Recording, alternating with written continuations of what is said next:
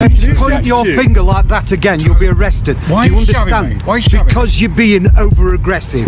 No, I'm not being over-aggressive. You will end up getting annoyed. arrested. The Section 5. Welcome to Alpha Hoopers, where we put misconduct on display, explore police and legal content, protect rights, and demand accountability.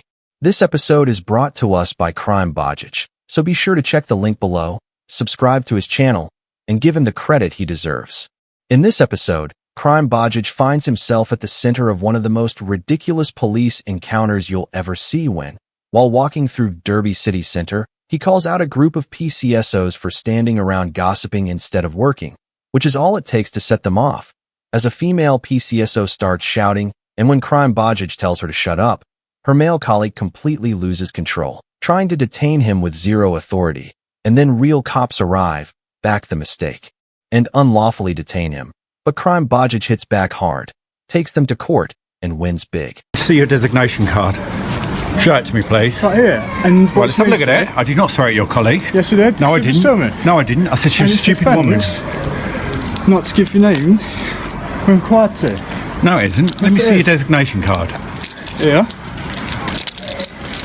Yeah. No, that's not a designation card.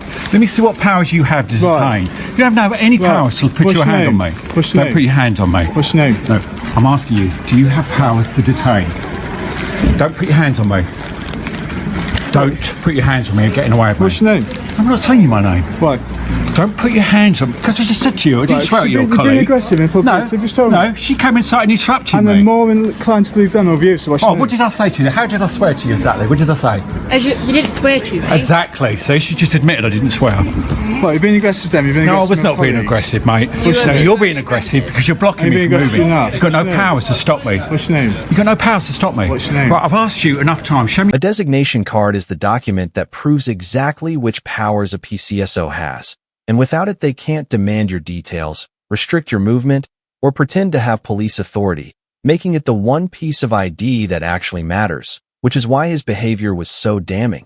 Because instead of calmly producing his designation card, he tried to bluff his way through the encounter, physically blocking Crimebodge, claiming it was an offense not to give details, and waving around a meaningless ID badge as if it proved anything. And the moment Crimebodge properly challenged him, he crumbled, refusing to show the only document that could justify his actions because he knew it wouldn't.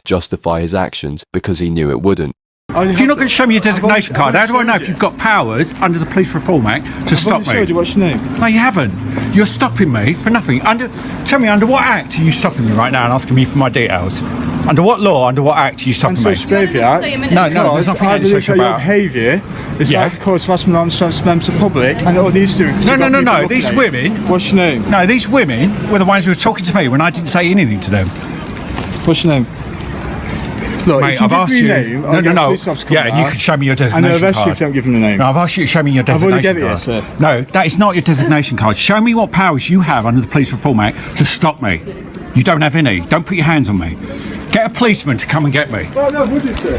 Don't put your hands on my phone. What's your name? What are you twisting my hand for? I'm not. I'm detaining you at the minute to find out who you are. Am I resisting? You've walked off from these officers. Yeah, they're not officers. They're PCSOs. No, they are officers. Yeah, but he doesn't have the powers to detain me. But I do. You may very well, mate, but he didn't, and he stopped me unlawfully. So, listen to what I'm saying. Yeah, I'm listening. Under Section 50 of the Police Reform Act 2002, I want your name and address, please. When Crimebodge calmly walks away, something he is fully entitled to do because a PCSO cannot lawfully detain him, a police constable rushes in, grabs him, and tries to justify it by saying, "You were walking away from officers." But Crimebodge hits back with the truth that they don't have the powers to detain, and the constable's reply says everything, "But I do."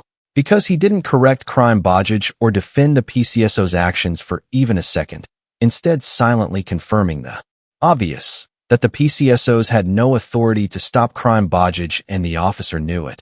Since if the PCSO had been acting within his powers, the constable would have backed him instantly, and the fact that he didn't speaks volumes. Yeah. Are you going to give me your details? And if I give you my details, you can let me go? Potentially, yeah. Potentially, if you yeah. Start complying with me. Right, this guy had no powers to stop me. Listen. These two are just looking for trouble because they've got nothing better to do. We're police officers. Who are you? He's a police officer as Have a look well. at your ID card. You don't need to see my Yeah, I ID do. card. You've I'm seen with a mine. police officer anyway. Listen, you do not need show to see me my your ID. Yeah, I do. I will talk to you in a Mate, second. get your hands off me. Calm Why- yourself down. Why are you What is your twisting my wrist? name? I'm not What twisting is your your wrist. name? Why are you twisting my wrist? What is your name? PC 1912 Marshal from Uniform Task Alright, Force. All right. Right. Stuff it in my face. What's You your just have name? to see it. You are totally overreacting. No, he's not. Yes, you are. You're Can't- totally overreacting. Right. Grabbing my Your phone out tone my of hand. voice- I've got this I think phone to you're protect fine. myself. Right, listen to me. Your tone of voice, your body language is aggressive, right? That's why we've got... The officer trying to justify a Section 50 demand by saying, your tone of voice and your body language are aggressive, is a complete misfire, because Section 50 isn't a tool for policing emotions. It requires reasonable belief of actual harassment, alarm, or distress, not someone standing their ground after being hemmed in by two overzealous PCSOs. And in this case, even the female PCSO earlier confirmed that Crimebodge hadn't sworn, meaning the officer was inventing a narrative to fit the power he wanted to use. And what really happened is simple. The PCSOs overstepped, Crimebodge challenged it, and the officer tried to retroactively justify their mess by pretending confidence equals aggression, which isn't lawful suspicion, but bruised ego. You're not being cooperative. No, I'm not going to be cooperative with thugs like you. Right. Why would I be? You're Why a am I a thug. thug then? You're a mindless thug. Oh, brilliant. Thank you very much, Come, sir. jumped out your car. Thank you very Do. Right. I wasn't resisting at that point. Right. All you had to do is show me a warrant card, not show me Okay. do like an idiot. Right. Did it work, though? Did you stand still? Well, yeah, I did. Exactly. Because I assumed that you were. Exactly. But not him. He had no powers to detain me, and that's what annoyed me. Right. It doesn't Listen, matter. also, you accused me of swearing at her. She admitted I'd not sworn at her. Right. No, but you said to me I'd sworn at her. Huh? You just said that you have. Say again, what? You said that you had. I don't understand what you're saying. Who, what? They said that you had. It's quite... I'm Right, speaking English and then to she you. admitted that I hadn't, and I got it on my phone Right, and you saying just that told I me had. that you had. No, I did not say I had. I said I had not sworn Lose at them. attitude. I don't need it. Don't tell me what to do, mate. Lose attitude. No, you are the one who If needs you to lose lose Point your attitude. finger like that again, you'll be arrested. Why are Do you you shoving understand? me? Why are you shoving Because you're being over aggressive. No, I'm not being You will end up I'm getting annoyed at arrested. him. making The me Section think I'm 5 insulting. public Get off my order. foot. That threat of arrest for pointing a finger is one of the most ridiculous, legally empty warnings you'll ever hear from an officer, because pointing your finger, even sharply, even while arguing, is not an arrestable offense, isn't assault, isn't threatening behavior, and doesn't remotely meet the threshold for Section 5 public order unless paired with actual threatening words or actions. And if anyone's behavior crossed into hostile or aggressive territory, it was the officer's, with one having his boot planted on top of Crimebodge's foot, perfectly capturing the power imbalance on display, where an officer can physically restrain someone and bark out empty legal threats, while the civilian is treated like a menace for simply raising a finger. Stopping me for no good reason. I had a You had no perfect powers to reason. detain me. You've been detained I had a by perfect reason and ourselves. social behaviour attached to your name. Mate, but you had no powers to detain me. You wasn't detained, was you? Yes, you was, because No, you put your hand on me If you and you blocked it, me. I'd have grabbed you. I didn't grab you. No, oh mate, you'll find get out. your details. No, you'll find out. I've already given you the details. It's not body cam, mate. Yeah, mate. Yeah. I've already given you my details. Right, sir, I'm giving you a 48-hour dispersal. I need to see that you understand what I'm saying to you, sir. From Derby City Centre, I don't need to look as at you per to the ring understand. route. Okay? Yeah, I can hear. Right, so if you enter Derby City Centre within the next 48 hours, so that's 2 days, which before the hour of 1509, okay? You're going to attack me again. No, it's You're not. going to assault me again. Sir, I'm speaking to you. He's not going to attack you. From the You're right, 16th mate. of this month, you will be I look forward to a arrested. civil claim I'll be bringing against Do you understand? and you. Do you understand what I've just given you, sir? Yeah, you're laughing. You think it's funny? No, do you think it's funny?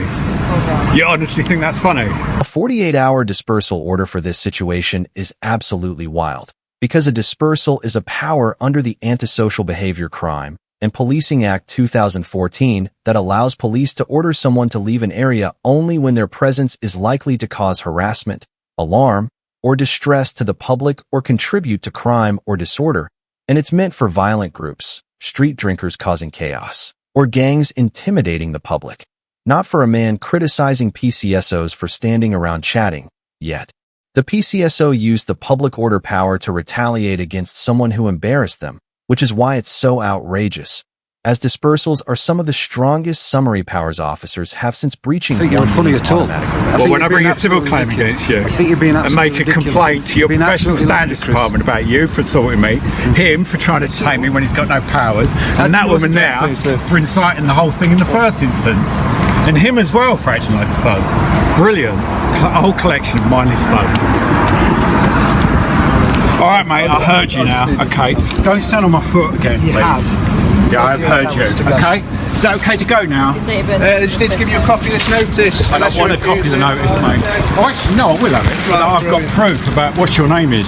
Don't forget to put your PCSO 212773. You'll be finding out that I'm right, yeah? When you get sued for detaining me for having no powers to have done so. Yeah, of course you weren't. You know I was detained. Huh? It's all on body worn footage, so that's fine. Is yours recording? No, mine isn't. Is yours recording? It was. I've turned it off now. Why is it not recording right now? So they want it on there. They don't have to answer to you, do they? I'm asking them a question. Perfectly. I don't have to answer to you. When Crimebodge asks the female PCSO why she stopped recording, a completely fair question, especially during a detention, the police constable jumps in with, "She doesn't have to answer to you."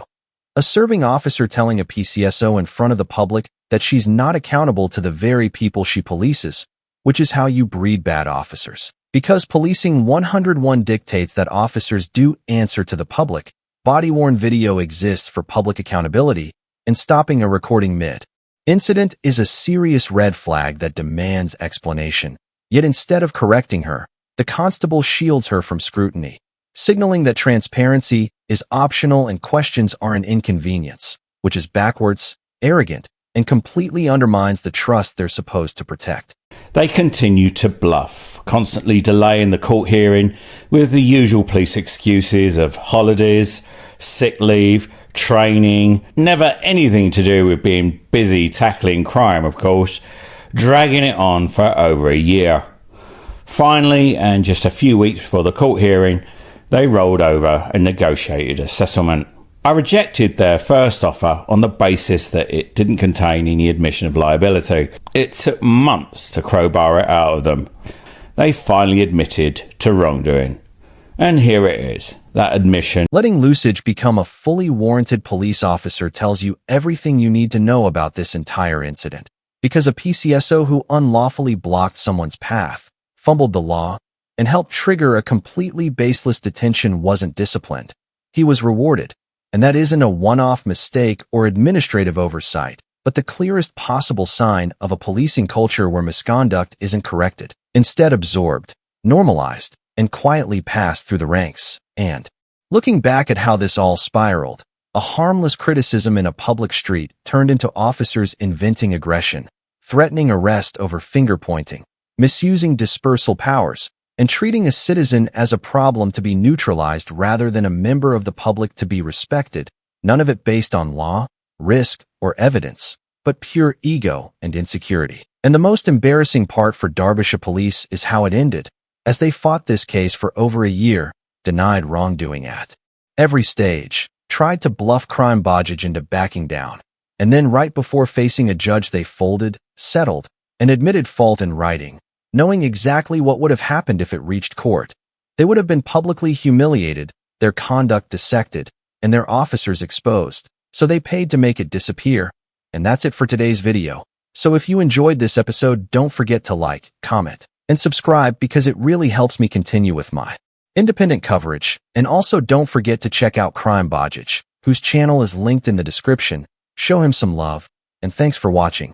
This was Alpha Hoopers, and I'll see you in the next.